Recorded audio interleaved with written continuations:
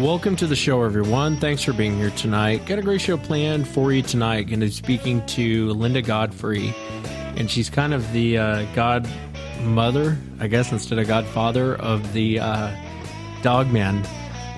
She's been looking into Dogman longer than probably anyone else out there. And I remember when I first came on the Bigfoot scene, she was, a lot of people gave her crap about it. More and more people are starting to come out. I'm just thrilled that we have Linda on tonight. I want to welcome Woody to the show. Woody, thanks for being here, man. Yes, man, it's always a pleasure, and thanks again for having me.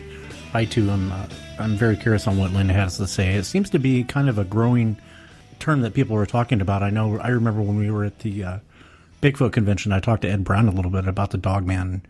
Something I don't know a whole lot about, but I'm very curious about it, so I can't wait to talk to her tonight.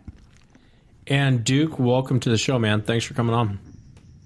Hey, Wes. Always glad to be here with you, brother. I got to agree with what Woody was saying, too. I'm really looking forward to having a chance to shoot a couple questions by Linda, too. I mean, she's, like you were saying, the godmother of Dogman. So, by virtue of the fact she's been in it so long, she should have probably dug up more information on it than almost anyone. So it seemed like the natural person to go to ask questions about that sort of stuff. Yeah, I can't wait to bring her on. I can't wait to talk with her. It's kind of nice. We can just sit back, relax, chill out, talk about whatever we want to talk about. There's no rules for the show. What did you guys think of the election? Most unpopular question ever. Most exciting election ever. Next, I'll be asking your guys' religious views, but you're not supposed to talk about politics or religion. But what did you think of the election, Woody? And let's keep the swearing to a minimum. Okay. Okay. Well, I actually am I'm very thrilled that Donald Trump is going to be the next president. Oh, you're a racist. We got a racist on the air. Yeah, I'm a racist. I'm excited for the new changes to come. I'm tired of all the lies, the corruption, the deceitfulness that Hillary and the Clintons have been getting away with for a number of years. I think it's time for a change. Donald Trump is a very successful man. Yeah, he's made mistakes in the past, but who hasn't? But I think for this country to go forward, it's going to have to be with him in the power and not Hillary. Hillary, I think, will just do, like you've heard on the news, it's going to be another 8 years, of Obama. So I'm looking forward to it. As far as everyone's talking about what a huge upset it is, to me, it wasn't that big of an upset. The media played into that. The media played into saying that he had lost all the debates. I disagree with that. I think he won majority of the debates. I'm Donald Trump, and I approve this message. That's my personal opinion. I'm probably going to offend everybody, but oh well. I'll give you my email if you want. You can send me a hate mail letter. Actually, just send it to Wes. I prefer it go to Wes. That's Wes at Sasquatch Chronicles. Send all my hate mail to him. Right. I'm sure I'll get it. So no, I think we need someone new, a businessman in power. I'm really excited about someone that's going to protect all our rights as Americans, protect the Second Amendment and the Constitution. And I think that's what we need. And I really think that Hillary was more or less tearing the country apart. Everyone blames the United States, the country being divided now because of Donald Trump. And he said he was going to make history. Well, he did. He made history. It was like an election like no other. And we probably will never see an election in something like this ever again in our lifetime. So I'm happy to be a part of it. I'm happy to see where we're going to be in 5 years, 6 years. I hope it's a positive thing. And to all the Hillary supporters, I'm sorry. I mean, it is what it is. He ran a tight race. Hillary ran a tight race. And I really, from what I can see from following the election, Donald worked harder. He worked and he worked for the people. And one thing that I respect about him, he never once said, I am going to change the country. I am going to make things great again. He says, we the people are going to make things great again. And that really, that kind of hit home. And for me, it was a no-brainer. What do you think, Duke? Well, I have to agree with most of what you said. I think he only won 2 of the 3 debates. The one where he had like 3 people against him, I don't think he really won that one. So you guys can send me 2/3 as much hate mail as you want to send to Woody.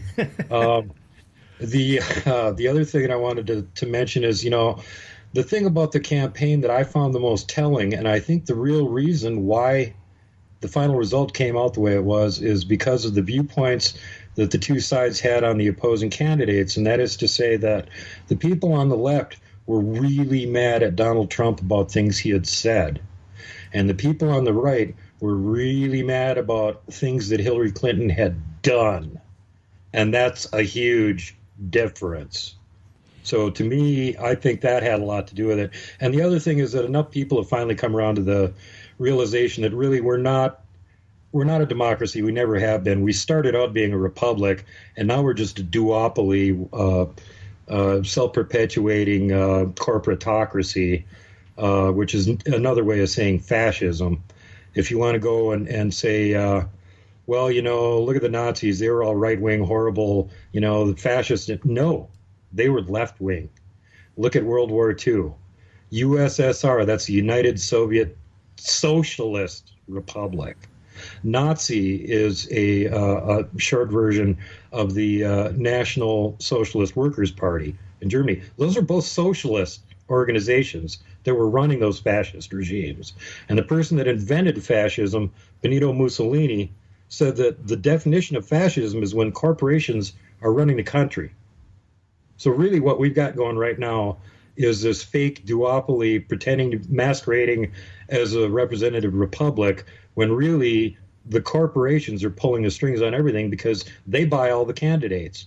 So now we finally got a chance to put somebody in there that isn't part of the insider structure, can't be bought because he's way too damn rich, and isn't in there to make money. He's taking a huge pay cut to go do this job. In fact, he ponied up $100 million of his own money to go ahead and do this campaign, because you know how much the Republicans spent on him for the campaign to advertise for him? Not one penny. Yep. And I'm really glad that they did not spend one penny on Trump, because you know what? Trump and his followers are not beholden to the Republican Party at all. I checked out about 3 minutes ago, so I'm not really sure what either one of you just said. Whatever. But, I think and we'll move off politics because I'm sure the audience has had enough of politics, but I don't think Hillary would have been a great president, not necessarily for all of the obvious reasons, but because the Senate and the House went Republican. So if she became president, she would have never accomplished anything unless she did it through executive order, which I think people are starting to wake up now and realize how many executive orders this guy pulled, and no one ever questioned him on it. And Hillary would have had to have done the same thing in order to accomplish anything, because she would have never gotten anything through the House. She would have never gotten anything through the Senate. Yeah, absolutely. Otherwise, she would have been just a total lame duck president the whole time she was in. Yeah, and I think that's really the difference. And I hope, who knows with Trump. To be honest with you guys, I'm sure this is a very unpopular opinion, but I really wasn't a fan of either one of them. I really didn't care too much for Hillary. I really didn't care too much for Trump. I think one is a criminal, and I think the other one is a loudmouth that doesn't stop for 2 seconds to think about what he's saying. And, he's got an ego the size of Texas. And maybe that works for a world leader. I guess Putin's kind of the same way. Putin kind of has an ego the size of Texas. And so maybe that's a good requirement for being a president. But I think it's a lesser of two evils. And I think Trump is probably the lesser of two evils with regard to, Clinton getting in office. Because, Clinton was just, there was too many things to where I think if she wouldn't have been Hillary Clinton, people would have called her out on a lot more things. And most people were willing to kind of look the other way. The media was kind of willing to look the other way. It's like the night of the election. I was up I know both you guys were up all night watching it, just like I was. And to see John Podesta come out and tell everyone, well, we're going to wait till the morning. Everyone just go home and go to bed. I knew at that moment the election was over, because they'd done the math. You could already figure it out by looking at some of the news channels. It was already over at that point. But for her not to come out, here's people waiting till 2, 3 o'clock in the morning. And I realize it's a big deal. She just lost a major election to a person that she probably doesn't like very much. But in the same breath, you have to come out. I mean, for nothing else than for your supporters sitting there. And yet she goes home and goes to bed and then gives a speech at 10 a.m. and peace out, everyone. I'm out off to Saudi Arabia or wherever she's going now, along with the rest of the celebrities that said they would leave if Trump was elected. And I'm just glad it's over with, man. This whole process has been exhausting. Yeah, particularly this time. It was really a rough go. And, it was a great spectacle, but thank God it's over with. And one thing to think about, too, that I thought about last night, and I'm sure Wes and Duke, you both have thought about it, is, where do we go from here? And just what you said, Wes, earlier was, well, I voted for the lesser of two evils. Well, and I think a lot of people in America did the same thing. Not a lot of people are huge supporters of Donald Trump. A lot of people do not like Hillary, can't trust her. And I think, it was kind of like, well, let's go Trump because I don't like Trump, but let's go Hillary because I don't trust her. But the real question is what is America? Where do we go as the United States? What do they do now? One of the hardest parts, and I feel for Donald Trump, is going to be bringing everyone back together. There's been so much emotion and heartache in this campaign, and let's admit it was a dirty campaign. Everybody's dirty laundry was thrown out there, and like Trump said, it's going to go down in history, and it will. But the scary part is we voted. A lot of the people voted for Donald Trump, and they don't really like him. A lot of them, but it was lesser of two evils. And how do you reunite these two when it's so split? In the United States is so split. How do you bring the American people back together? And that's going to be the real challenge. True, but that in a way that's the same challenge that Obama was facing. And where did we end up after 8 years? The country's more divided than it was when we started. Did you guys see all the protests going on? Here's from downtown Portland. Not my president! Not my president! Not my president! Not my president! Not my president! Not my president! Not my president! What? Not my president! They're protesting in downtown Portland, not my president. And they have this whole crowd in downtown Portland blocking the streets, shutting down TriMet, shutting down all of the transportation in the city because these guys want to go through and scream, not my president. And if you actually watch this, you can't tell, obviously it's a radio show, but if you watch the video, one of the guys walks up and spits right on the camera. Cameraman has to wipe off his camera because they spit on his camera. It's like, really? Is this really what we're doing? The election's over with. You know what I mean? It's like, what are you hoping to accomplish? I almost want to grab a mic and a camera. We should do that, Woody. I should go down there. And go down there and start asking questions. That's genius. Take me with. Yeah, because, I don't understand what they're trying to accomplish at this point. Trying to make a bunch of noise and be whiners, what it seems like to me. It's like a 5-year-old have thrown a fit because they didn't get a popsicle. Well, a lot of it too is and they're all young people. They're all it's college kids, right? It's kids in college, PCC, and all that stuff down there. Well, and there is Duke. There's hundreds and hundreds of kids in downtown Portland protesting right now, and I feel like I want to go down there and say, get your ass back in school. Don't be dumb. I bet if you walked up to those, Wes, I bet if you walked up to those students and you said, give me 5 reasons why you think Hillary should be president, and give me 5 reasons why Donald Trump shouldn't be president, I bet they couldn't answer either one of the 5. Of course not. They're basically just doing it based on what they've heard. I know when I was that age, I had really no clue what was going on in politics. I know there's smarter people out there than me for sure, but you're looking at one. Yeah. Hey, Duke, you look good. Anyways, and that's. No, honest, I'm a little bit older than you guys are, and when I was in my 20s, I was just as idealistic and unwise as a lot of them tend to be, and it's just a consequence of being that age. You haven't been around long enough to see this kind of underhanded, shady stuff, and to get disenfranchised enough to start really distrusting people yet. So when somebody comes along and offers you utopia and says, let's all work together and we can achieve this wonderful dream, they're all idealistic, man. They want to jump in with both feet and go, hell yeah, I'm behind that. Let's do it. And they don't realize they're being taken advantage of. Well, plus they get out of class at the same time, right? And that too, let's be honest about the whole thing. They're out of class, and again, send my hate mail to wes@sasquatchchronicles.com, and he'll be happy to answer all those questions. But yeah, I think it's actually an attention thing too. Myself, I think I'm out of class.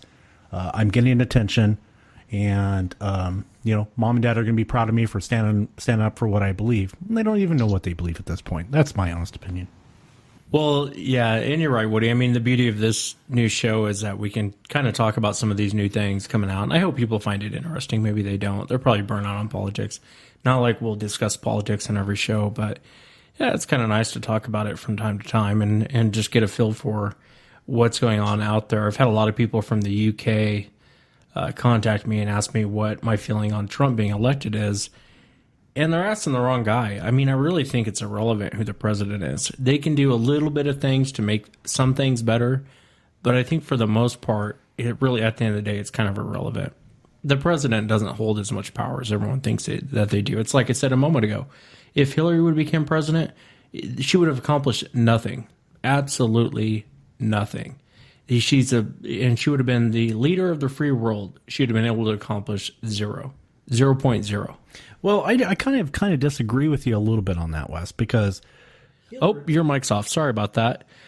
So Linda Godfrey is coming up at the top of the hour, and I'm really looking forward. She's got a new book called Monsters Among Us. I'm just joking, Woody. Go ahead. I'm over here trying to not bust out. I hate you. I got this board where I can control everyone's mic and everyone's sound.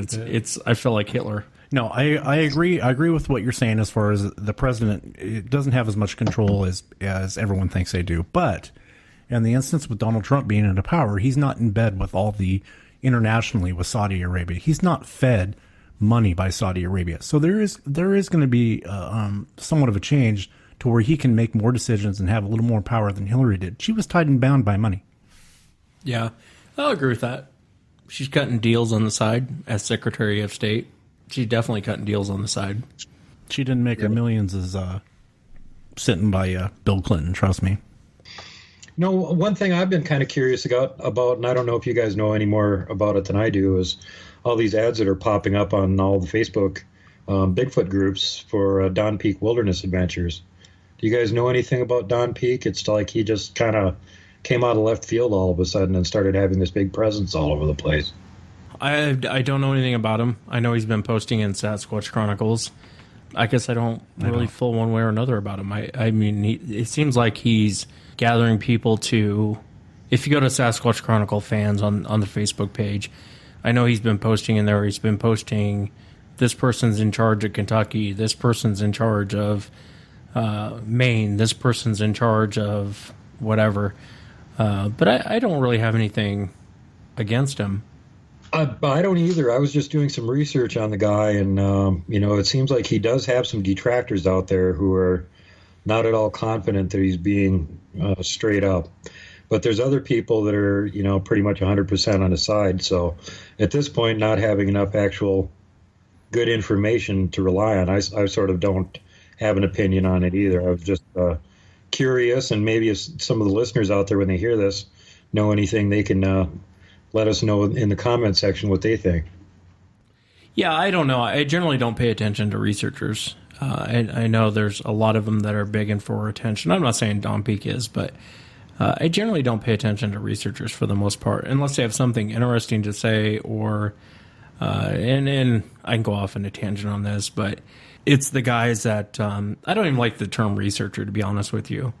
I hate when someone says researcher. Call yourself an investigator. You're not researching implies that. Tell me something interesting. You've been researching this for 40 plus years. Tell me something I don't know. Explain to me something about their behavior I don't know. Explain to me something about. Tell me something interesting. I know there was a guy on the website, and I won't mention his name, but everything that he was posting was drama related to the Bigfoot world. And I'm like, hey, man, there's a million other sites you can go do this at. Why are you here? Well, I've been researching this for 40 years and blah, blah, blah, blah, blah. And I'm, you need to show respect for your elders and blah, blah, blah, blah, blah. And I'm like, well, tell me something interesting then. Don't post an article about how much Wes hates Will, or don't post an article about how this researcher hates this researcher, or tell me something interesting. It's like, give me something real. Yeah, give me something real. Give me something. See, give me the meat and potatoes of your knowledge. That's what I'm really interested in. And most of them have nothing. And that's why you don't hear a ton of researchers on this show. Like Linda Godfrey, I respect what she's done. She's been looking into this way before anyone was ever really talking about Dogman. You know, there are some researchers I absolutely respect, but I think for the most part, it's all about drama or who hates who. And, you know, I watch these YouTube videos for satirical reasons. I could play a couple, probably make the audience laugh. But you get some of these researchers, and it's just like, what are you talking about? You hate this guy because of what? And you're making a video about what? And, you know, it reminds me of, you know, in school, if you acted that way in school towards another schoolmate, or, you know, your mom and dad would be all over your ass about it because it's inappropriate behavior. But for some reason in the Bigfoot world, it breeds this inappropriate behavior where everyone hates everyone, everyone's going after everyone. And I think I lack the ability to care about that sort of thing. Like, I know Operation Sea Monkey, I know you guys kind of went off on it, but, you know, at the end of the day, it's, and I guess for the audience, I'll explain. No need to explain. Okay. Well, Go ahead. Operation Sea Monkey was a bunch of researchers that got together, Todd Neese and Ron Moorhead and Thomas Steenberg, a couple other researchers. They got it was public funding. They went out and I think it was $5,000, wasn't it? $5,000? Yeah, I think it was $5. Well, I don't know. It changed a couple times, so I'm not quite sure. Here we go. Buckle up, people. They get one amount of money, then it has to go up to another. I don't know. I guess Lobster went up while they posted the GoFundMe account. I'm not sure. So anyway, they this is a bad topic for Woody. Woody's about ready to go ape crazy in this joint. Well, I got a question here now. Did they have an actual set goal on their agenda before they started asking for money, or was it just we're going to go do recon? Goal as far as what they were hoping to accomplish? Yeah. Was there like a hotspot, a known hotspot they were going to? Was there some specific thing they were trying to accomplish, or was it just let's tool around and see if there's Bigfoot up here? No, they just felt like that would be a good prime area for Sasquatch to be in, as far as I know. So it was just a reconnaissance expedition, basically. Yeah, I think it was a reconnaissance expedition. I think the area they actually went to, though, has a history of sightings. I think that was the reason why they chose that area. And I don't, obviously, Todd knows That's a sexy version, the way to say it. Woody's pretty bitter. Everyone might want to go ahead and skip ahead to the first hour when I have Linda Godfrey on, if you want to bypass all of this. But I think they actually, it was a... Duke, you all right? Yeah. I think Duke's going to die. He's like hunched over in his chair laughing. Sorry. I think that they actually, it was an area that had a history of sightings, and they were doing recon, is what. Woody. Go ahead. I'll turn it over to Woody. No, I'm just saying that, you know, from what I heard, and I don't know the whole thing, there was some people in there that I really respect. Well, let's back up real quick. Operation Sea Monkey, I'll let you talk after this. Operation Sea Monkey was a crowdfunding for a group of researchers to get on a very large boat, go up to Canada, and check out the islands, and then come back. And they were going to set up trail cams, and they had originally asked for, I believe it was 2,100, 2,200, something like that. And then they came back and said they needed $5,000, and I think they got over $5,000 for this expedition. But just there you go, Woody. Yeah, I'm not sure what the total dollar amount was, but $1 is too much. But anyways, since they did go to Canada, Todd did put a GoFundMe account page on Facebook asking for help to fund this Operation Sea Monkey. It was him and some researchers, and some of them, you know, to his credit, were very, very good researchers that, you know, I definitely respect. But the parts that I didn't understand was him going to the public and asking for all this money to go up to Canada to do it. And there's a lot of reasons why I feel that way. They're going up on a yacht, so they needed money to go up on a boat or a yacht up to Canada. Okay, there's a question right there. Where did the boat come from? Did they have to rent it? I don't know. I don't know for sure if it was Todd's boat or if they rented one. Maybe they rented one. I do know that it sounded like they hired a captain, and which I can understand. I mean, that's a pretty long trek from the Columbia River all the way up to Canada, up into where they were going. I can kind of understand somebody that needs to know what they're doing has to be in charge. Right. Some of the things that I didn't agree with was it started at a certain dollar amount, and if you go along and to go backwards, I don't know what the first dollar amount was, then it went up, and then it went up and went up, and it seemed like every post that Todd did, every day it changed. Todd, more money, more money, more money, more money, more money. And Todd and I thought we're pretty good friends. I mean, we've had our differences in the past, but I finally just got tired of it. Shit. I was like, I can't believe that this is what they're doing. And of course, Ron Moorhead was going. Love Ron Moorhead. Everything. I respect the guy. Love the guy. But I just couldn't understand the amount of money that these guys were needing to go do what they were doing, and I was pretty upset about it. And I know there was a lot of other people that I talked to that were upset about it as well, and they felt that it was kind of a way to campaign more money for this, and it actually was going into their pockets. And then pretty soon you see on Facebook that these guys are eating better than I do on a boat in the middle of nowhere, like they're on a cruise on the Love Boat, Mm-hmm. And I wasn't happy with it. It pissed me off, to be quite honest with you. So you feel like they sort of abused their privilege, asking for I think so.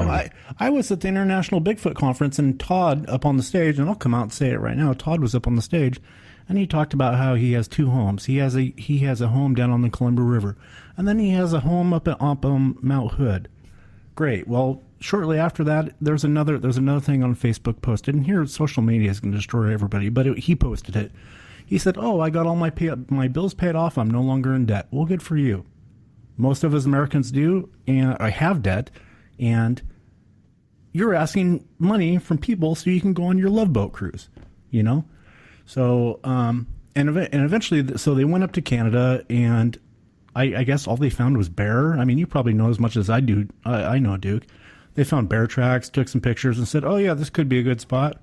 Let's do it again next year." Well, sure, you're going to do it again next year. I didn't hear anything about any really good evidence coming out at all from the whole thing. Yeah, nothing. They had pictures of bears and said, "Oh yeah, well we'll do this again next year," And it really kind of burnt my ass, and I made some enemies, and people unfriended me and stuff. But let's be real, man. If you have some evidence and you have something good, and you need some money to get somewhere to do something, I'm one of the first guys that donate to that. But to be ripped off and pointed in the wrong direction and thinking you have some sort of evidence, or you put that many researchers together and you come back with nothing? Give me a break. Give me a freaking break. The other thing is, this isn't like the first time something along these lines has happened. Look at the Falcon project, where they got all that tons of money piled up to make their little autonomous floaty to fly around and do infrared pictures and everything else. And then the guy took the money and absconded with it, and they got nothing for it. Yeah, well, where did the money go? Where does the money end up? Mm-hmm. I bet they're eating better than you or I are tonight. Oh, well, yeah. Well, if they're eating anything, they're eating better than me, but that's not the point. I think it sounds like sour grapes, if you want my honest opinion. I think that these guys, they went out and no one put a gun to anyone's head to have them donate to anything. I don't remember them putting a gun to anyone's head to donate. And, the only thing I would agree with is it would have been better. I didn't donate, but I probably would have if they would have gone to the area and came back and said, "Hey, listen, guys, we got this, this, this, this, and this. Here's what we want to do. Come back with a real plan on what you want to do and how you're going to accomplish it." And I think because these Bigfoot celebrities, or whatever you call them, they can go on there and say, "Well, I need $5,000, blah, blah, blah." And then they get it. A lot of people get upset by that, but I didn't donate anything for those guys to go do Operation Sea Monkey. I had a feeling they were going to come back with bear. But, it's always worth a try. Why not try? When we wanted to go to the moon, we said, why not try? And so they tried it, and it didn't quite work out. But why not go right here in your backyard? That's ground zero. Why do we have to get on the Love Boat and cruise down the Pacific Ocean up to Canada and eat lobster and crab the whole way up and then post it on Facebook. And why not only that, but why, you know what, here's the other thing. And I'm not gonna diss on any of those guys really, but I'm just gonna point the facts out. One of them's a millionaire, one of them owns a grocery store, and the other one owns his own coffee business. They have more money than I do. Well, in a way, it'd be sort of like the same thing as if I said, well, I want to go up and do a research project in Alaska. All you guys send me a pile of money so I can afford to fly myself and all my equipment up there and be there for a week or something. Well, hell's bells, dude. All I have to do is walk 4 miles out of town, and there's plenty of Bigfoot right there. Why the hell do I need all this money to go somewhere else? It's called a vacation, Duke. Yeah, that's exactly it. That's the point I'm making. It kind of doesn't seem like reasonable or logical to do something like that. I don't think it's a vacation. I think it was more of an adventure than a vacation. Okay. Slash vacation. But, like I said, I don't think... I mean, listen, these guys went online. They said, we need X amount of dollars. Here's what we're planning to do. And they got the money. And so you can't really hold it against them for taking the money and going and trying. If they would have came back with one on video, or they would have came back with major evidence, everyone would have been calling these guys geniuses. But the fact that they didn't, they just came back with bear, which you could probably, I would have put my money on before they left. I think that it's irrelevant what they came back with, because they at least put forth the effort to go out and look. They at least put forth the effort. And, listen, $5,000 is $5,000. That's a lot of money. And I don't know that, I'm sure those guys could have came up with $5,000 of their own money, but it's funner to spend other people's money. I don't know. Yeah. No, Quit trying to sugarcoat the whole thing, man. It is what it is. Well, the other thing that ties in with all this stuff that we're talking about right here is money. Follow the money trail. It seems like the people that are the big celebrities in the community always have something that they're trying to sell. And, if you talk about this Operation Sea Monkey thing, we're talking about money. If you talk about the Don Peak, again, it's a money thing. Any researcher can come out of left field, not be known, all of a sudden make a name for himself, have everybody paying attention to him for a few months. Fine, that happens all the time. When you come out of left field and you've got a pile of money and you're trying to hire researchers in every state and in other countries, and you're footing the bill for them, obviously the question that comes to mind is, who's paying for this and what's their agenda? and I don't know anything about that. I don't know what money he has, or who he's hiring, or what. Yeah, I guess I lack the ability to care. I really don't care. Well, maybe I'm starting a GoFundMe page. It's called Operation Flybird. We will be flying over Yaklo Mountain. I'll need some donations for that. But it's in my own backyard. I wouldn't need much money. Sour grapes. I'm telling you, I don't think it's that big of a deal. I really don't. I think, again, they put the thing out there, asked for the funds. They got the funds. Who cares? Mm-hmm. If you're not spending your own money, who cares what they're doing with it? If they want to go out, and they were going on a... if I donated, that would have been my money. Well, and that's a different story, though. And you can hold them accountable. If someone donated, you can hold them accountable to it. But I'm unwilling to hold them accountable to it because I didn't donate. And but I thought it was a good. I mean, honestly, I thought it was a cool idea. I just wish they would have gone to the area and come. And I see your point, Woody, about going up to places that are close to where you're at. But in the same breath, I don't know. I don't have the same breath. But anyway. I guess I'm not so hooked up on it. It doesn't bother me as much.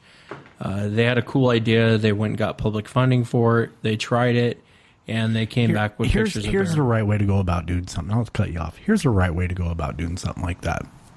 Let's say us three, me, you, and Duke, or Duke, Wes, and I, we decide to go somewhere where we think there's somewhere that may have the possibility of having a Sasquatch in.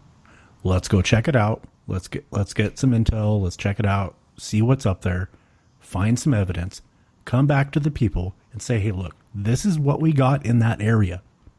And this is why we want to go back in that area. But to go back in that area, we need A, B, C, D, and E. Can you help us get there and get the right equipment? Help the right people to get there, because this is important. No, they didn't do that. They did it completely the wrong way. Oh, I don't disagree with you. I think there was definitely some showmanship going on. Hey, listen, we're going to get on a yacht. We're going to, I know Todd has his picture as far as National Geographic photoshopped on his Facebook page. But even that doesn't really bother me. I mean, I think there was some showmanship on it. Like, we're the big bad researchers going out there. But again, I mean, listen, they tried. They failed, but they tried. And I have a hard time faulting someone for trying. Absolutely. I'm always going to give people more credit for actually getting out there and trying, even if they do fail, because they're, at least they're doing something. There's plenty of armchair experts that are sitting back doing nothing and complaining about everybody that's out there doing something. So, I don't agree with that either. Woody's already left. He's on his way to go put sugar in Todd Neese's gas tank. So it's just you and me, Duke. Let's say this. I could have downsized the boat. I could have downsized the cost. I could have got a smaller boat.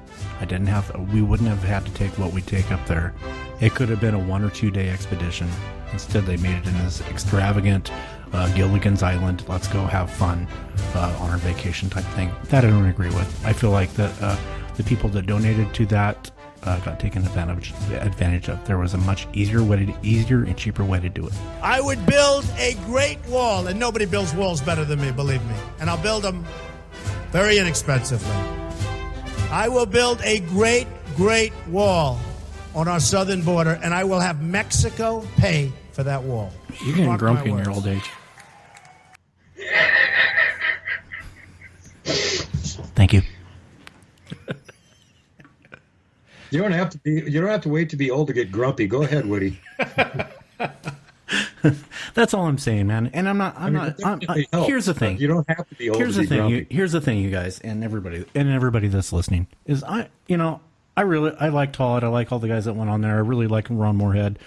I just have a problem with the amount of money that they spent, the amount of money that kept changing, and I just feel like there was a more affordable way to go and do research, since they're researchers.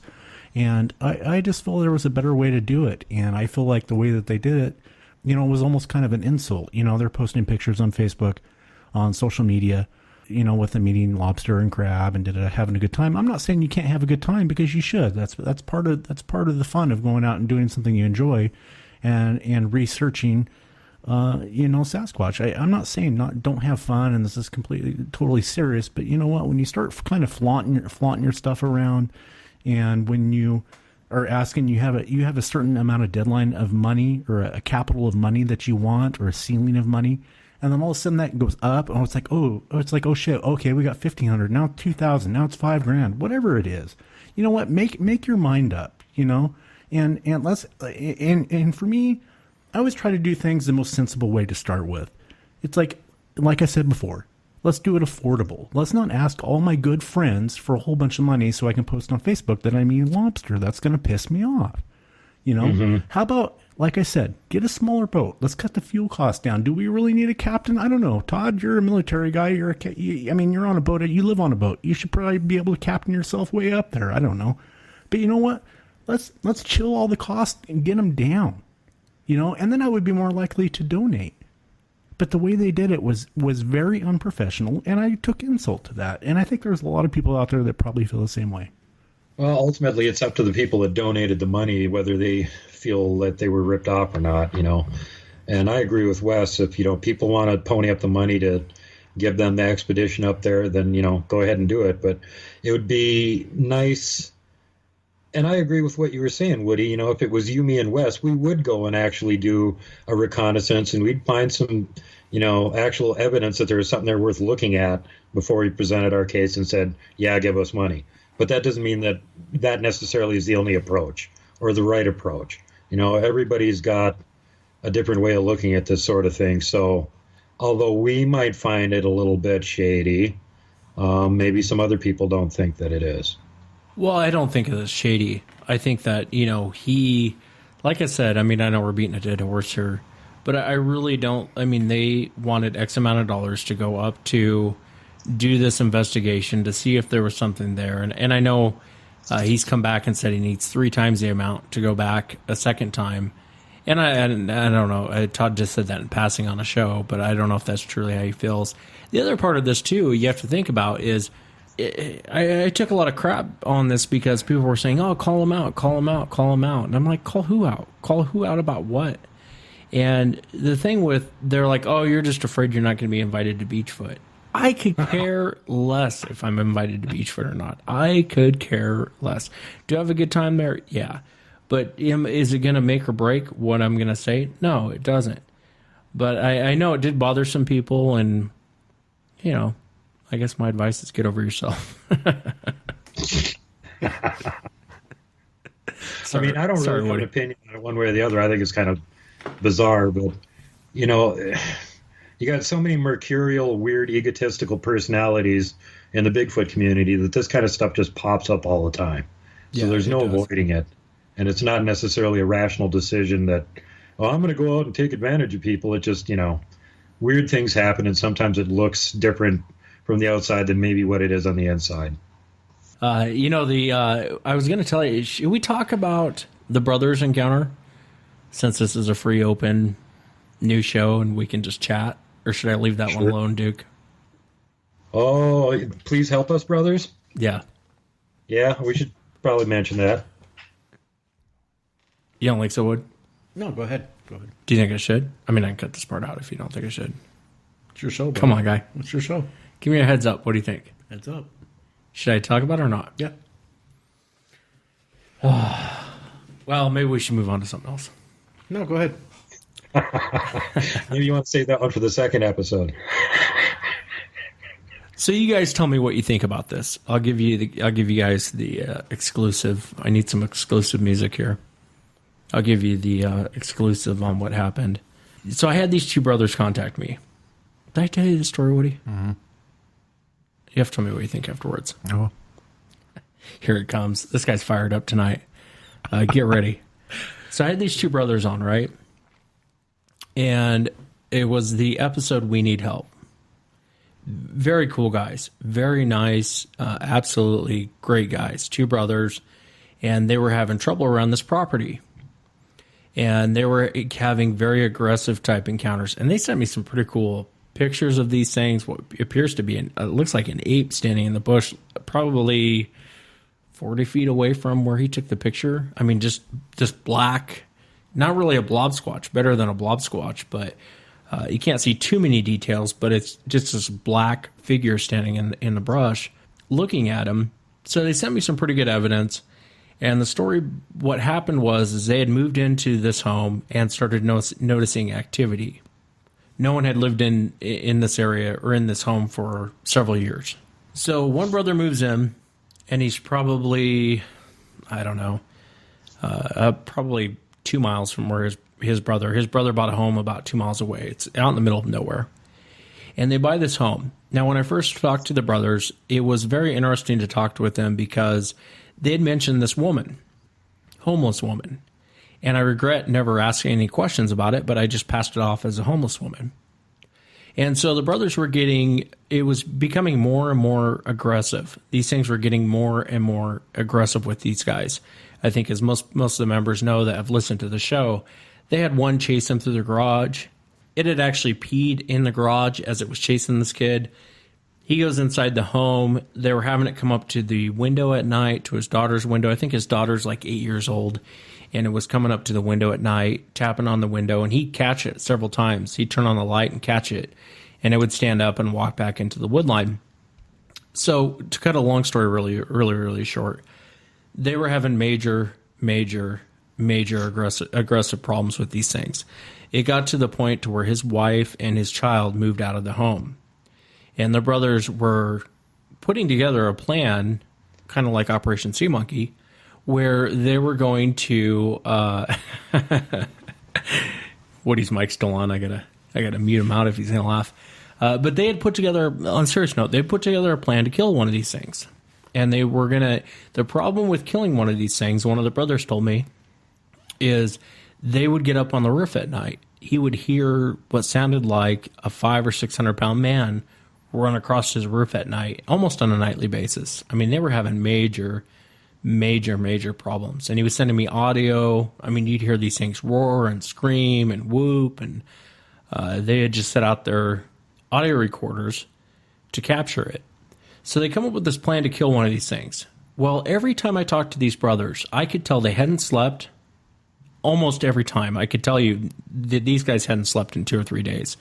They were high stress and they were under major duress every time I talked to them. They would talk about where do we shoot them, how do we kill them, on and on and on and on. One of the brothers contacted a spirit medium. Here's where the story starts to get really weird. So here's where it takes a huge left turn. So one of the brothers contacts a spirit medium, and this lady comes out to the property. And when she walks out to the property, as she's walking up the steps, she collapses. And one of the brothers thought she was having a heart attack. He's telling his other brother, hey, call 911. She's having a heart attack. She tells him, no, I'm not having a heart attack. I'm overwhelmed with the amount of entities. Now, these are the brothers telling me the story. She was overwhelmed by the amount of entities. And I said, are you sure she used that term, entity? And he goes, yeah, that's exactly what she said. And he had no clue what that meant. He was like, well, what does that mean? And so I said, that's interesting. She used that term. And so what happened next? He said they put her in a chair and she's holding her chest. And she said, I'm just overwhelmed by the amount of entities. And one of the brothers was kind of like Woody. He's kind of a wise ass. He goes, well, what do you mean? You haven't even seen one yet. And she goes, no, there's 2 over there. And, they both look over and there's 2 of them standing there and the creatures actually duck down. So they bring her inside. And prior to this, remind me to come back to the homeless woman, because that's a really weird part of the story. Yeah. So they bring her inside, and she says to them, what we need to do is pray. And so now neither one of these guys are religious by any means. I know that for a fact, just from talking to them. I can tell you that for a fact. I don't think either one of these brothers have ever cracked open a Bible in their life. And I'm not bagging them by saying that. I'm just saying they're not the religious type by any means. So they start talking to her, and they start asking her about her background. How the heck did you get into Bigfoot? How the heck did you get into Dogman? She says to them that she grew up as a witch. And what she did is she would cast out demons. Or she messed with demons when she was younger. And she'd do a lot of witchcraft. And she claimed she knew demons by first name. And so the brothers are like, okay. And one of the brothers had told me, because I don't really buy into the demon thing, but okay. So they're sitting there talking to her, and she says, I know demons by first name. I've stepped away from the witchcraft side of it and actually found Christianity, and I'm doing this now for the Lord, and I do exorcisms. I go out to people's homes that are having poltergeist problems, and I cleanse the home. And the brother's like, great, what does it have to do with us? We got a Sasquatch problem. So she says, what we need to do is pray. So they sit around, they pray. And then she goes, let's step outside. So they step outside. She walks them to the edge of her property line. And she says, what you need to do is command them in the name of Jesus Christ not to come across the property line. They're not welcome here anymore. And don't come on my property anymore. They're not welcome. We want nothing to do with you. On and on and on. So the brothers do that. And so when one of the brothers called me, he goes, Wes, it's the strangest thing. They won't come up to the house anymore. Now, here's the interesting part. When I talked to the brothers originally, I told you they were distressed, hadn't slept in a while. They were under major stress every time I talked to them. This was the first time I ever talked to these guys where they sound completely relaxed. And I said, what do you mean they won't come up to the property anymore? And he says, they'll come to the edge of the property. They'll scream, they'll roar. They're still up on the ridge line where they've always been, and they'll knock down trees, and they'll, throughout the night it sounds like there's 20 lions up there fighting, but they will not come on the property anymore. He said they will not come up to my daughter's window anymore. So I don't know if it's coincidence or if there's something to this, but the story gets a little stranger. So they ran into this homeless woman. And a couple times they brought it up to me before this spirit medium showed up. They had kind of ran it past me, and looking back now, I wish I would have asked questions about this homeless woman, but I never did because I just thought, oh, it's a homeless woman. And I said, well, the last time I talked to him, I said, describe this homeless woman to me. And he goes, Wes, it's not what you think. And I said, well, just describe her to me. And he said, she's about 6'5". She's built like a Sasquatch. She's not a Sasquatch. She's very much human looking. She's white. She's probably in her late 60s. And she wears clothes that are almost too small for her. Almost like she stole the clothes. And he said the other part of this woman that's interesting is she wears white shoes. And I said, well, what's interesting about that? And he said, well, she wears white shoes, but they're about 4 sizes too big. They look like clown shoes. And he goes, what she would do is she would walk from the edge of the national forest, cross our property, and head up to the ridgeline. We saw her do it many times. We'd almost see her on a daily basis. And I said, we're talking about a physical woman, right? And he said, well, I thought so until this happened. So before the spirit medium shows up, here comes this woman one night. It's like 7 o'clock at night. Sun's starting to set. And she's walking up there. And he goes, Wes, we had, and I think he even sent me the audio of it. And it sounds like Sasquatch is, I mean, it sounds like they're going off in the background. But here comes this woman. She steps out of the forest, starts crossing across her property, and she's heading straight for that ridgeline where all this noise is going on. And one of the brothers told me, he goes, man, he goes, we heard trees being knocked down. He goes, it sounded like 20 lions up there roaring and just fighting. And he goes, so I tried to stop her.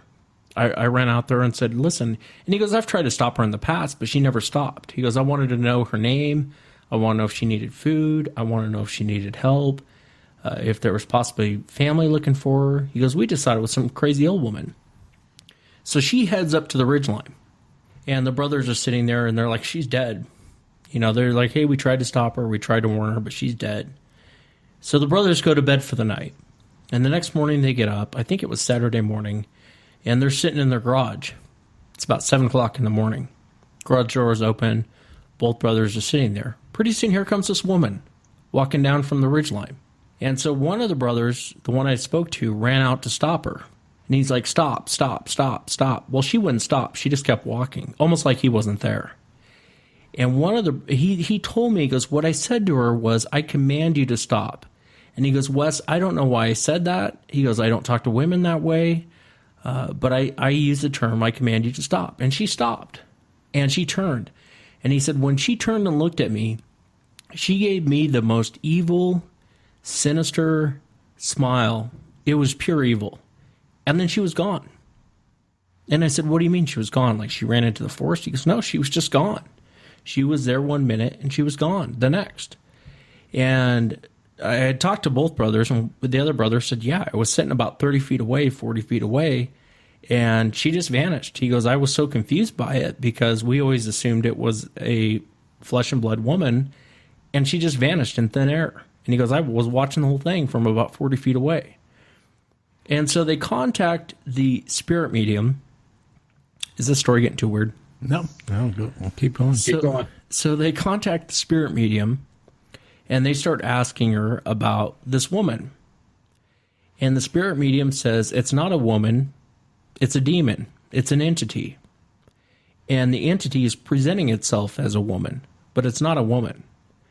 And she has control over these creatures. Well, they start asking her, well, what do you mean you have control over these creatures? She said that they're coming out of the earth. That's why more and more people are seeing Sasquatch. That's why more and more people are seeing Dogman, and they're empty vessels. And it's just a normal animal. That's why 90% of the reports you get are just nothing more than just a normal wild animal. She said only when they're possessed by a demon. Again, going back to empty vessels, and neither one of the brothers knew what empty vessel meant. And I kind of had to clarify with them what the empty vessel thing meant. But she said that only when they're possessed can they do extraordinary things. And the way she explained it to him was, when a person is possessed by a demon, their facial structure will change. She's had grown men sweat blood. They'll have the strength of 20 men.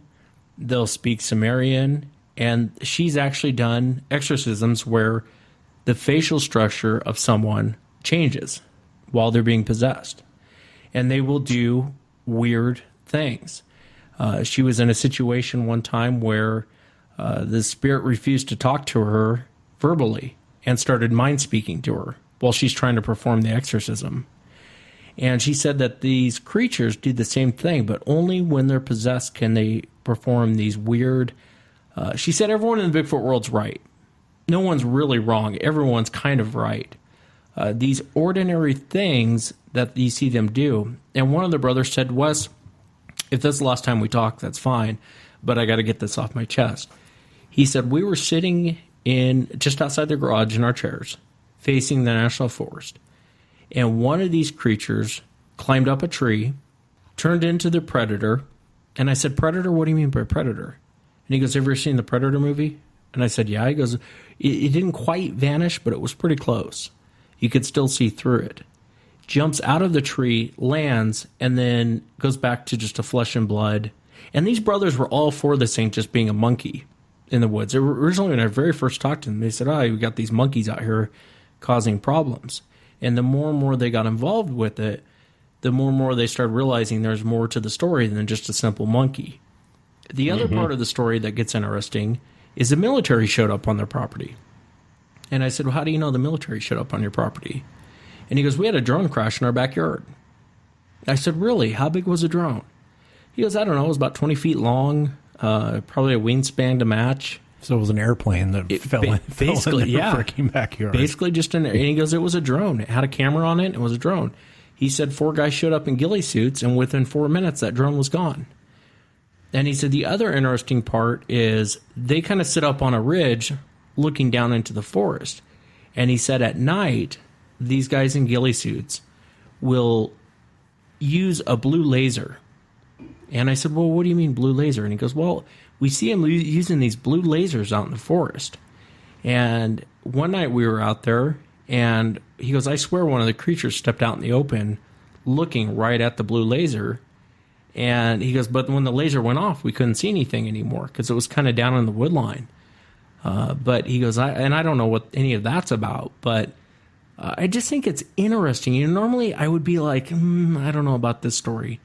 But I'm telling you, after talking to these guys, they were absolutely terrified, absolutely sleep exhausted. They were stressed out. And it's like talking to 2 completely different people now.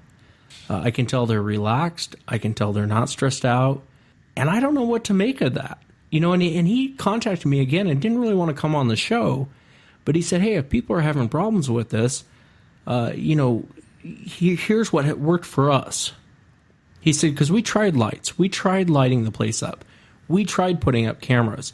It didn't stop them. They could care less. They would walk right out in the open.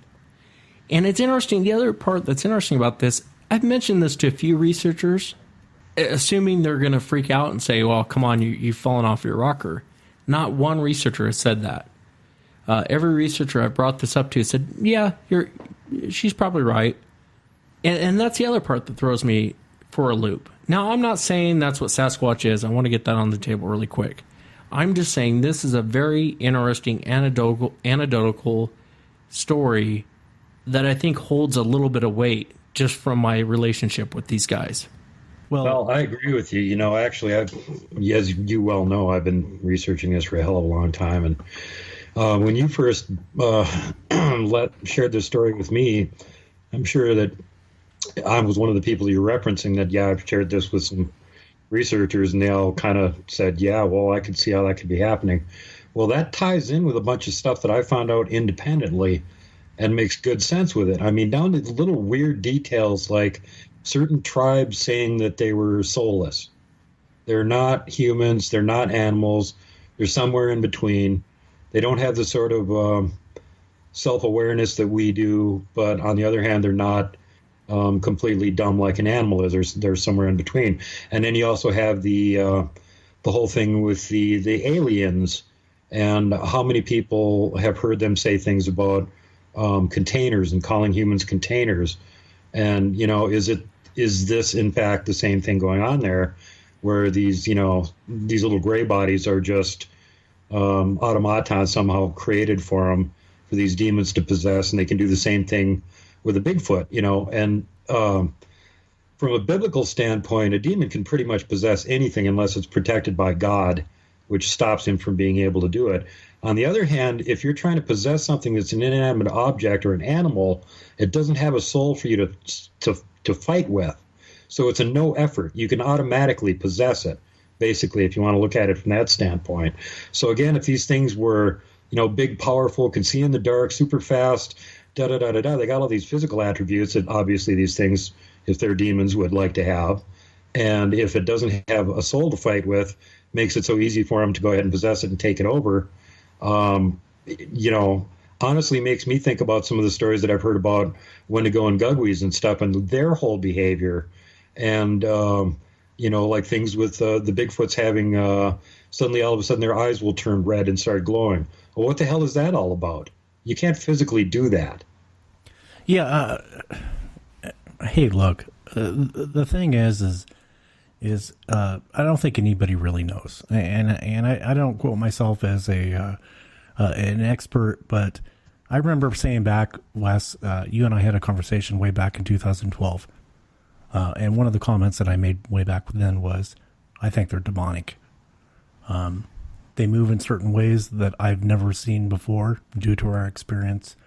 And even from that, till to this day, I still can't explain exactly what happened, the way they moved, the way they looked. It was just unnatural. It wasn't part of this earth. Whether it be aliens or whether it be demonic, I'm not quite sure. But I know that to me, I hate to say this, but I really kind of don't believe it's a real flesh and blood creature. And when you start getting into the demonic terms of it and things overtaking souls, man, it almost makes me want to just kind of check out. I don't want anything to do with that. I've had experiences in my past life that I've experienced a couple things like that, and maybe one day on another show we'll talk about it, but I'm not going to talk about it tonight. It's creepy, and I personally really don't like it.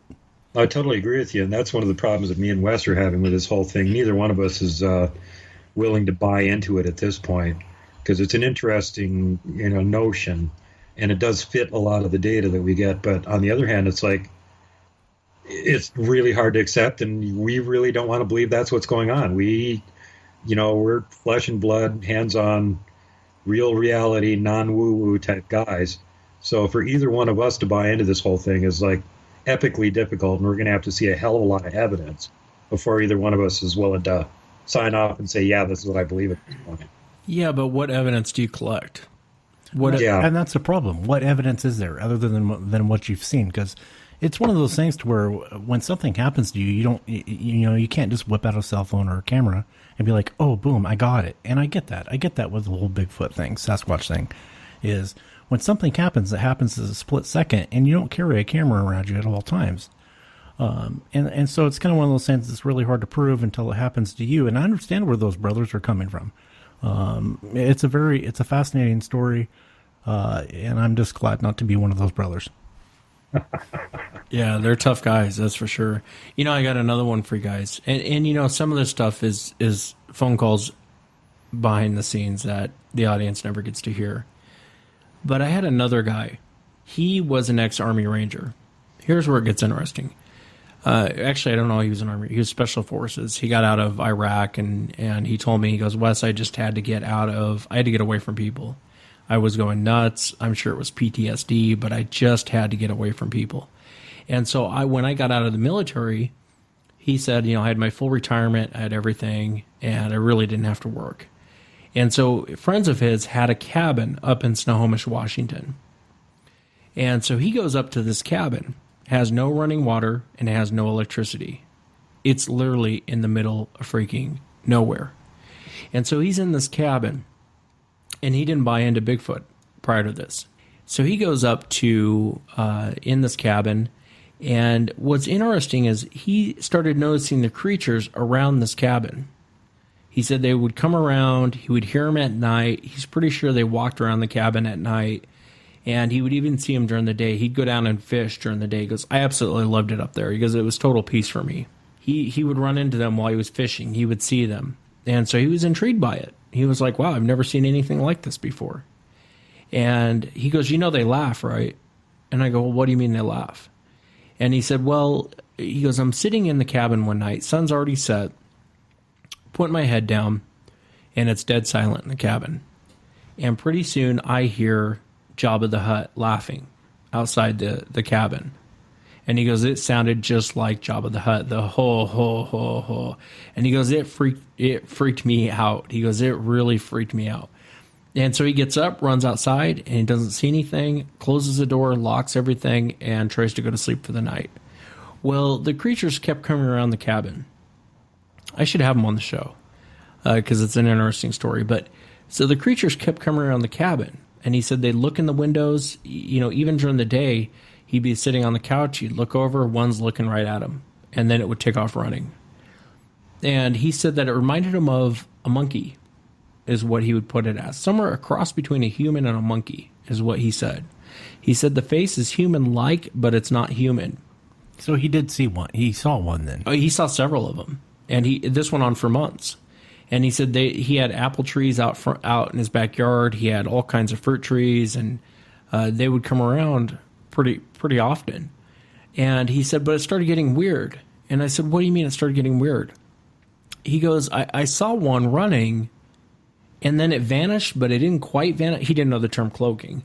But he goes, I saw one vanish, but it didn't really vanish. And then it came back to flesh and blood. He goes, I thought something was wrong with my eyes. He goes, I'm not a drinker. I wasn't smoking weed. He goes, I'm drug-free. But it was just odd. And he goes, I had no explanation for it. And he goes, that wasn't the only time I saw that. I actually saw that a couple times. And he goes, I have no explanation for it. And he goes, the laugh at night, and they would come around, they'd hit the house at night, they'd bang on the house. He said he could smell them through the cabin walls. He said they just stunk when they came around. He goes, it reminded him of sulfur, which is interesting that he brings up sulfur. But he goes, Brimstone. Yeah, brimstone. But he said it reminded him it smelled like sulfur, and they just stunk when they came around. And he said he never really got a great feeling from them. It wasn't really like a relationship with them. And then one night, there were several of them around the cabin. They were banging on all the walls. They were screaming and yelling. They were roaring. And he packed up all his stuff and he left and never went back to that cabin. But he said what he saw was very unnatural. He goes, I can't explain it. He brought up the term predator too as well.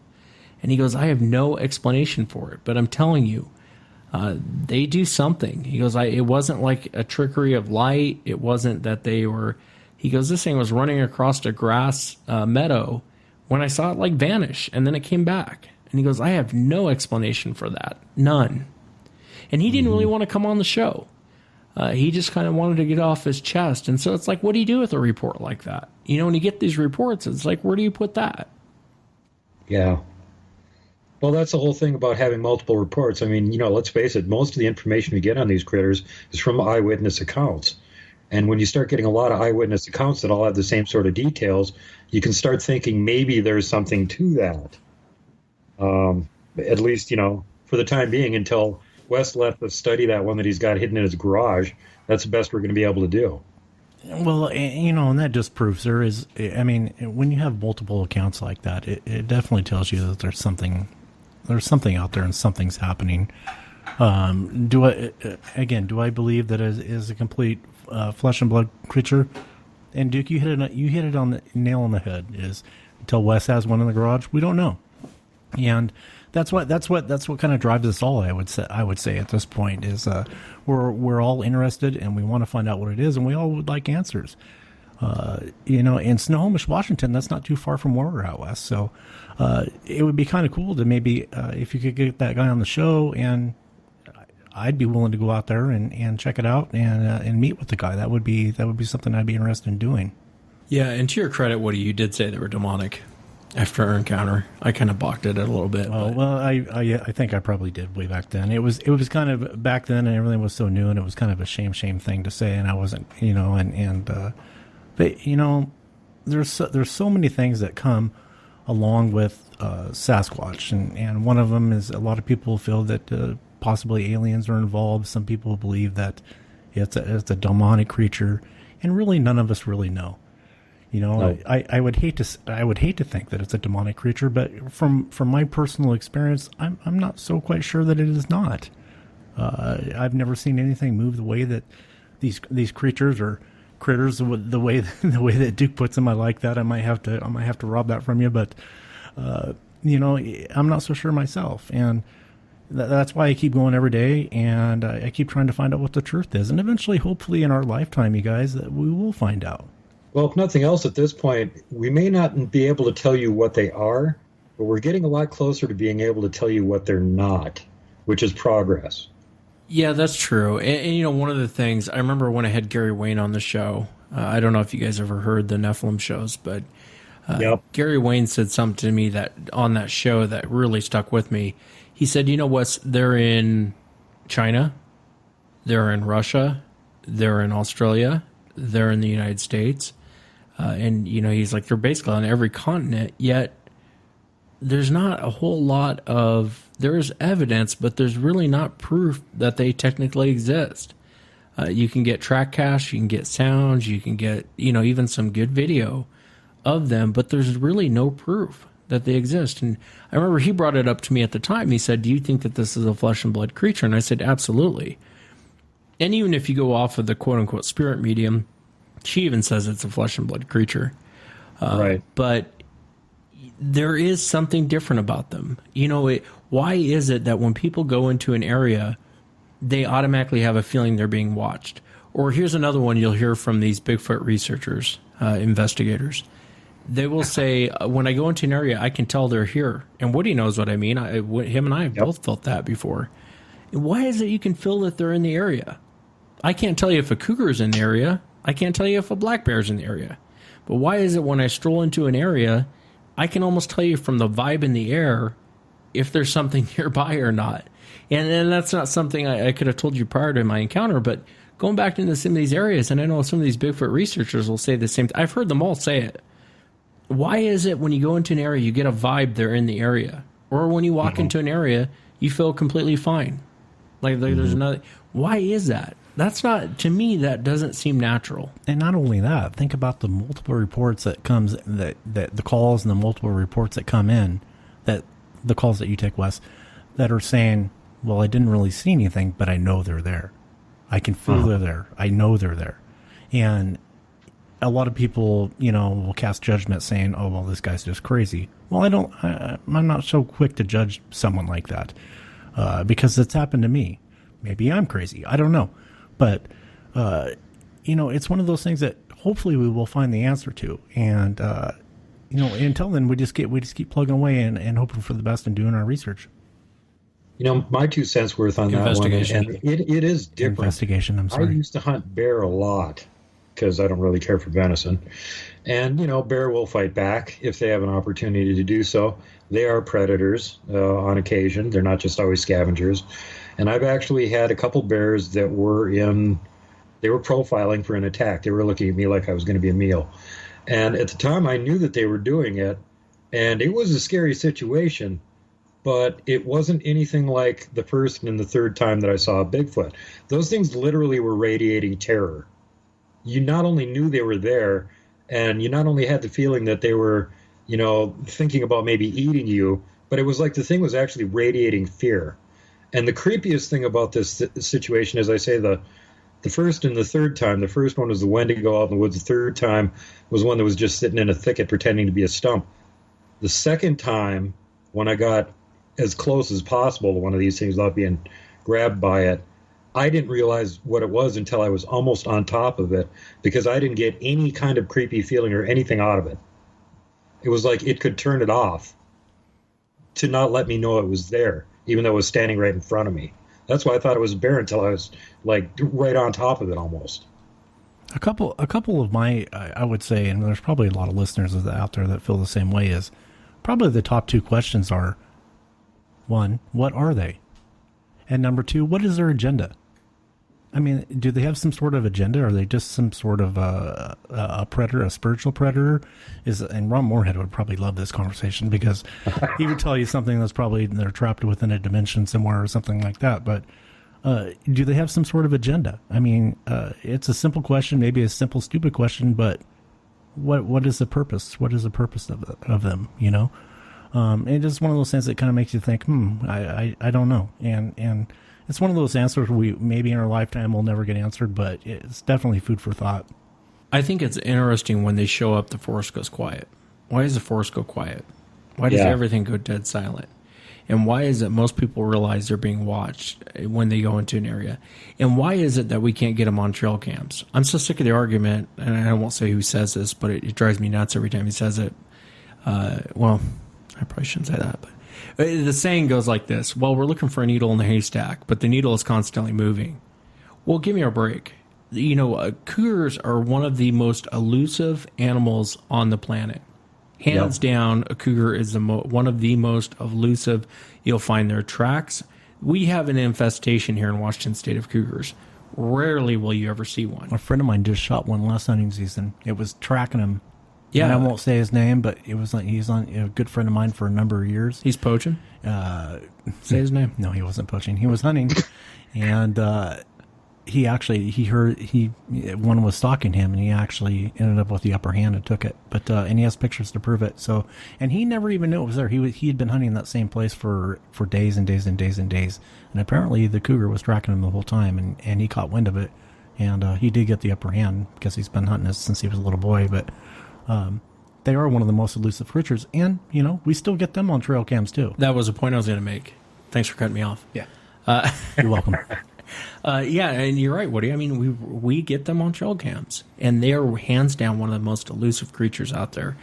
And so I struggle sometimes with, why is it that we don't really get Sasquatch stumbling across trail cams? And I'm tired of the old argument about, well, it's their home, and if you had a trail cam set up in your living room, you would know about it, right? Give me a freaking break. When they're out there, I mean, you have to go step by step and look to actually find a trail cam. And I can't see one not stumbling across one. I just can't. I think that they will stumble across a trail cam, but yet they avoid them. And when people put them up on their homes, I've had people who have these things around their property. And there's one other point I want to make, but I'm not done on my soapbox. But when people put them up, these trail cams up around their home, these things avoid them like the plague. Why is that? Why is it that they avoid those trail cams? It makes no sense. We think they have a proto-language. We think they have this and that. Yet they know what a trail cam is? Give me a break. No. And the interesting part, too, is when you start running into this paranormal stuff with Sasquatch, and I try and stay away from it on the show, but when you run into that paranormal stuff, generally it's with people habituating these creatures. They will talk about the mind speak. Coincidentally, in alien abductions, they talk about mind speak. Coincidentally, in demonic possessions, they talk about mind speak. So maybe we're all talking about one and the same in all these subjects, but those people, and it's always the same people. They feed them, they leave gifts for them, or tributes, whatever you want to call it, and they have these strange paranormal encounters. However, when you see a guy who's out there in the forest, and he's talking about, I'm using my Trump, what he's laughing. You know how Trump talks with his fingers? Like he does the okay sign, that's what I'm doing across the table with Woody. Then he does the downward point. Yeah, that's what I'm doing. I'm doing the downward point, and I'm talking like Trump.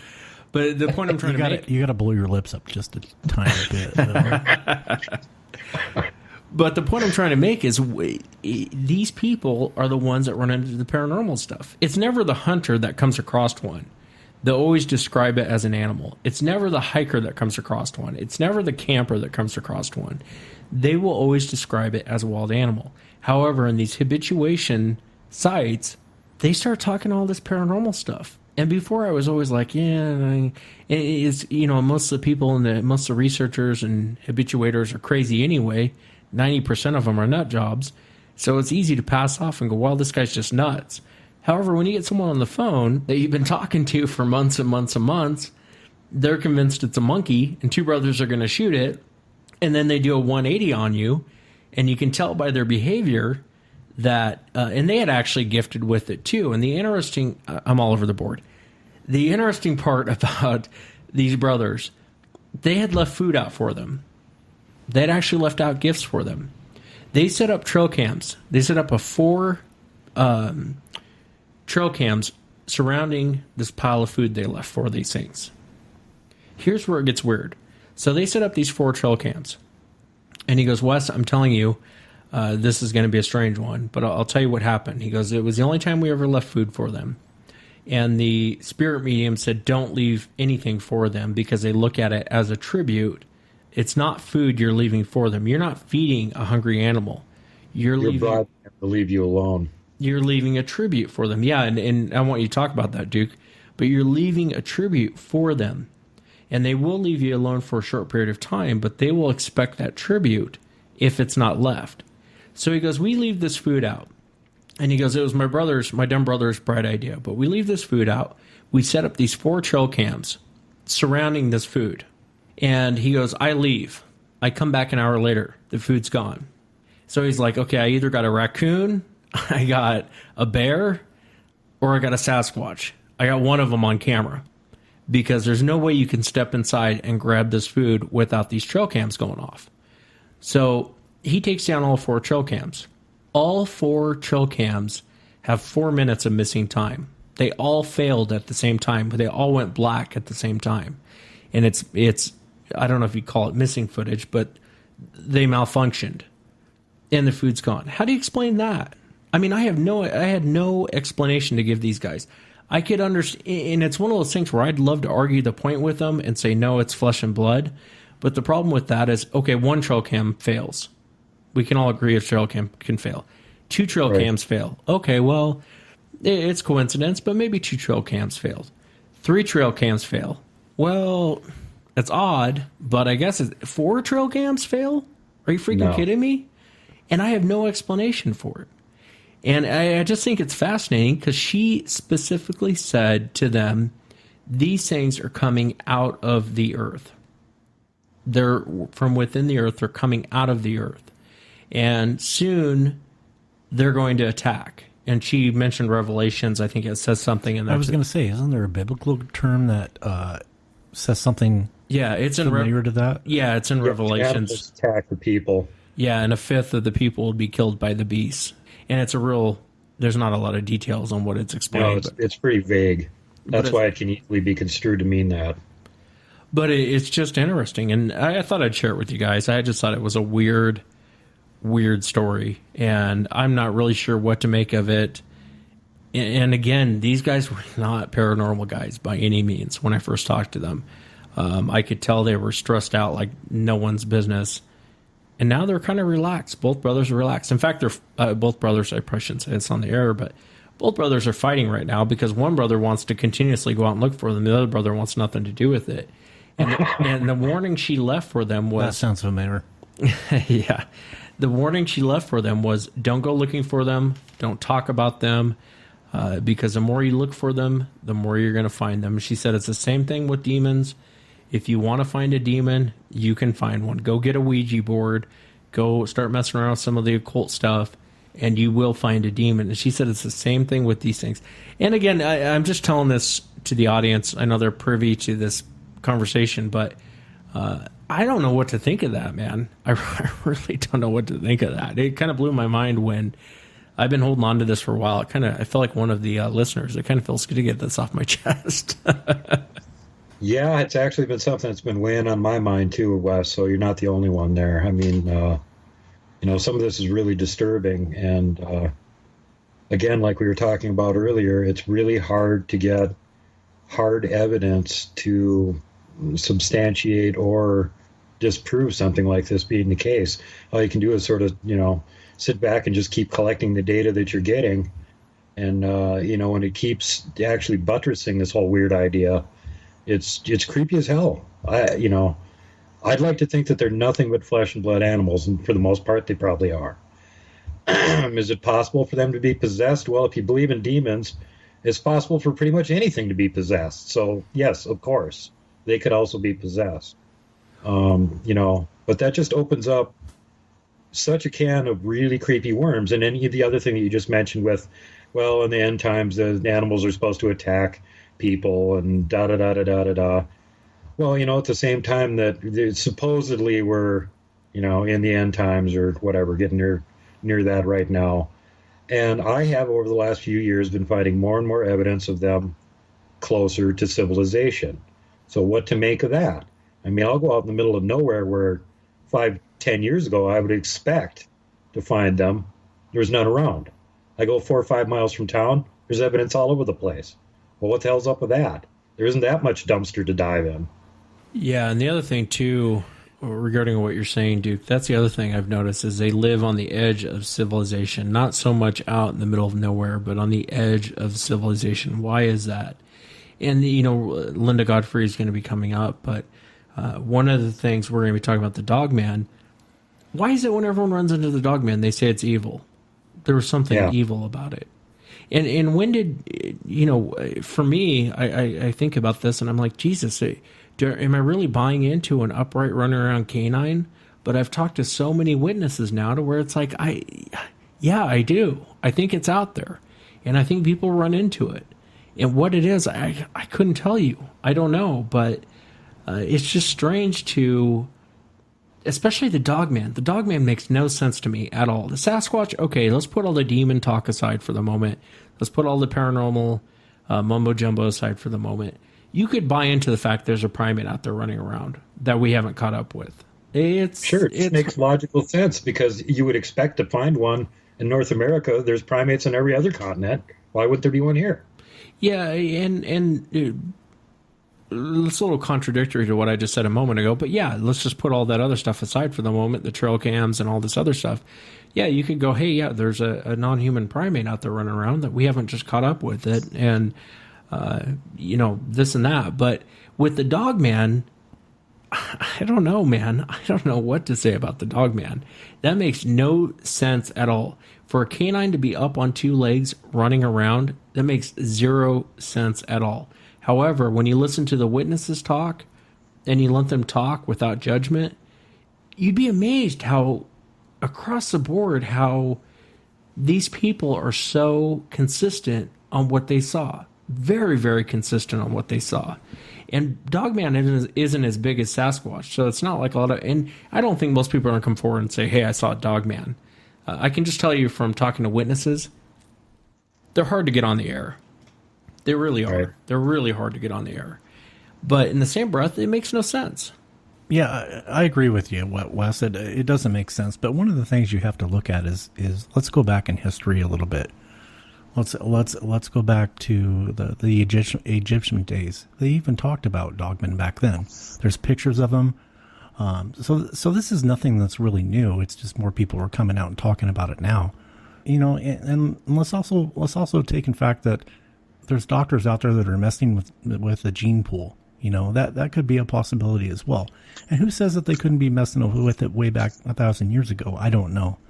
But it's not like it's a really new topic, and I think it's something that we need to look at considerably. And, you know, I hope I never run into a Dogman, but I don't think it's too far-fetched to think that there is something like that out there. I mean, Sasquatch, yeah, it's a more popular creature. We can all say that.